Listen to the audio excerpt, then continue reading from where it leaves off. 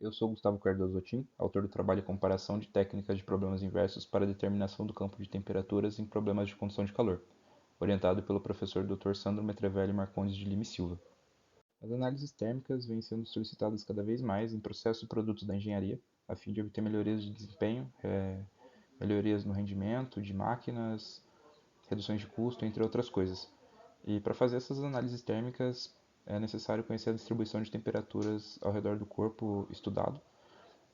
E a obtenção dessa distribuição de temperaturas pode ser feita numericamente através de métodos de diferenças finitas, que, através de propriedades térmicas do material, condições de contorno e condições iniciais, consegue fazer esses cálculos para obter essa distribuição de temperaturas. E os problemas inversos entram na parte de estimar uma dessas condições de contorno, que é extremamente importante para esses cálculos, que é o fluxo de calor imposto. Portanto, os objetivos desse trabalho são estabelecer duas comparações, a primeira sendo entre dois métodos de diferenças finitas parabólicas e a segunda sendo entre dois métodos de solução de problemas inversos de estimação de função. Para encontrar essa distribuição de temperaturas ao redor do corpo, é necessário resolver a equação da difusão do calor. E o problema abordado no desenvolvimento desse trabalho foi baseado em algumas hipóteses simplificadoras, como a unidimensionalidade, as propriedades térmicas constantes e a ausência de geração interna, assim resultando na equação 2. Esses métodos atuam substituindo as derivadas parciais por aproximações numéricas referentes à primeira e segunda ordem de cada derivada, assim resultando nas equações 4 e 7 para a resolução dos problemas, e pela equação 5 é introduzido o número de Fourier, que vai servir como critério de convergência e estabilidade para o método explícito. E também vale ressaltar que para o método implícito ser resolvido é necessária a implementação de um método de Gauss-Seidel de resolução de sistemas lineares. Já para os problemas inversos, é extremamente necessário conhecer a sensibilidade térmica do modelo. E a obtenção dessa sensibilidade térmica do modelo é a derivada parcial do modelo térmico em relação ao fluxo de calor imposto. Aqui estão presentes as equações que resolvem cada um dos métodos, o método de Stokes e o método da função especificada. A diferença entre eles é basicamente que o método de Stokes ele utiliza um tempo futuro para o cálculo do fluxo estimado e da temperatura estimada, né, e posteriormente do fluxo estimado, e o método da função especificada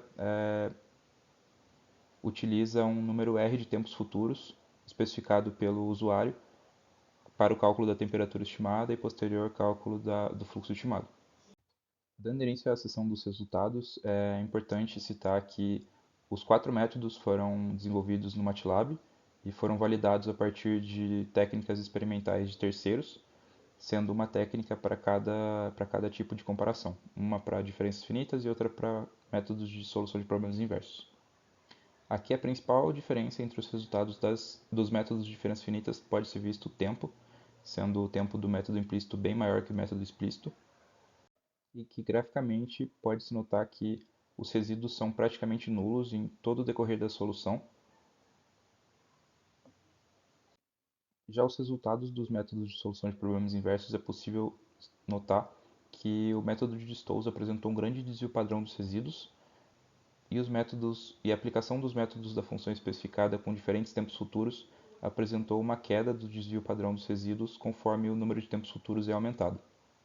Já nos gráficos é possível notar a grande diferença entre os métodos. O método de Stokes apresenta uma solução muito ruidosa e já o método da função especificada apresenta uma concordância muito boa entre a linha do fluxo estimado e o fluxo imposto. Assim, sobre os métodos de diferenças finitas é possível concluir que o método explícito apresenta um tempo de solução muito inferior ao método implícito, uma vez que apresenta cálculos menos complexos. Já no quesito da precisão, ambos os métodos performaram bons resultados, e no quesito de versatilidade, o método implícito sai ganhando por conta de não precisar atender ao critério de convergência e estabilidade pelo intervalo do número de Fourier. Acerca dos métodos de problemas inversos, é possível notar que o método de Stokes é muito sensível a ruídos, não sendo uma boa recomendação para estimar fluxo de calor de dados experimentais, e o controle de qualidade que é possibilitado pelo método da função especificada é muito interessante, uma vez que é possível controlar a quantidade de tempos futuros a serem utilizados na solução. Deixo aqui meus agradecimentos ao Unifei, ao Laboratório de Transferência de Calor, ao CNPq e à FAPEMIG, Agradeço também ao meu orientador, Sandro, e a todos pela atenção.